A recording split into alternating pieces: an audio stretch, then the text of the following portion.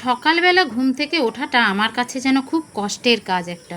মানে আমি মনে হয় যেন আমি আরেকটু বেশি সময় ঘুমোই, আরেকটু বেশি সময়, আরেকটু বেশি সময়, এই করতে করতে সূর্যি মামা অনেকটা মানে ওপরে উঠে যায়।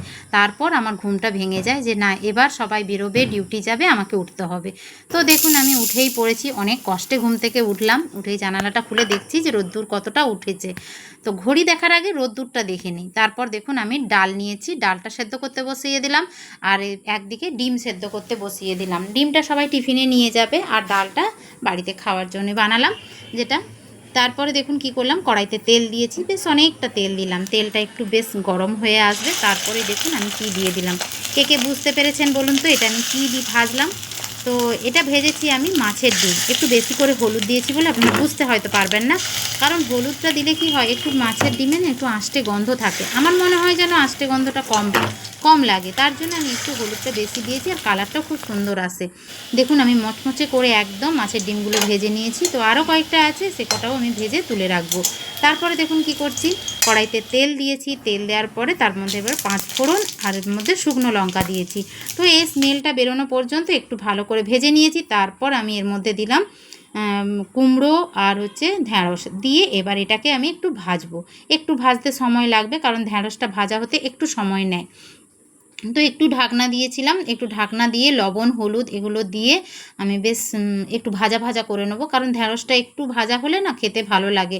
ওর মধ্যে যে একটা মানে মানে লালা লালা হড়হড়ে ভাব থাকে, সেই জিনিসটা হয় না। তার জন্য একটু দেখুন আমি মানে হলুদ আর মানে নুন দিয়ে আমি ভালো করে এটাকে ভেজে নিলাম। তো এটা ভাজা হয়েই গেছে প্রায়, দেখুন দেখেছেন ভাজা হয়ে গেছে। একটু ঢাকনা দিয়ে ভেজেছিলাম। তার মধ্যে এর মধ্যে কী দিচ্ছি দেখুন, শুকনো করা আম দিচ্ছি। শুকনো যে আমগুলো থাকে বাড়িতে, পরে আমরা ব্যবহার করি, সেই শুকনো আমগুলোকে আমি এর মধ্যে দিয়ে দিলাম।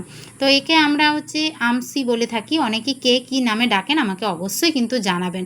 তো সেগুলো দিয়ে দিলাম। তারপরে একটু বেশি করে জল দিয়ে দিয়েছি, জলটা বেশ টকবক করে ফুটছে। তারপর আমি দিয়ে দিলাম কাঁচা লঙ্কা, বেশ কয়েকটা কাঁচা লঙ্কা দিয়েছি। কারণ এই আমের টককে বেশিরভাগ সময় আমরা কি করি, কাঁচা লঙ্কা দিয়ে খাই। কাঁচা লঙ্কাটা যখন পড়ে এই টকে আমরা দোলে খাবো, ভীষণ ভীষণ খেতে ভালো লাগে। তো মাছের ডিমের বড়াগুলো এর মধ্যে দিয়ে দিলাম। তারপরে মাছের ডিমের মানে টকটা যাতে মাছের ডিমের মধ্যেও ঢুকে যায়, সেটার জন্য আগে দিয়ে দিয়েছি। তারপরে দেখুন আমি সর্ষে গোলা একটু মানে সর্ষে পাউডার মানে গুলে রেখেছিলাম একটা বাটিতে করে, সেই জলটাও আমি এর মধ্যে দিয়ে দিলাম। তো এরপর আর বেশি ফোটানোর দরকার নেই, কারণ তেতো হয়ে যাবে তার জন্য। তো যাই হোক, আমার ভিডিওটা কেমন লাগলো একটু জানাবেন। সব সেদ্ধ হয়ে গেছে, রান্নাও কমপ্লিট। দেখুন মানে বৃষ্টির দেখা নেই, বৃষ্টির দেখা নাই রে, বৃষ্টির দেখা নাই। তো যাই হোক, কোনো বৃষ্টির দেখা নেই। আমার তো ভালোই লাগছে না, প্রচুর গরম। যাই হোক, আমার ভিডিওটা কেমন লাগলো বন্ধুরা একটু কমেন্ট করে জানিও। আমার পাশে থেকো, টাটা।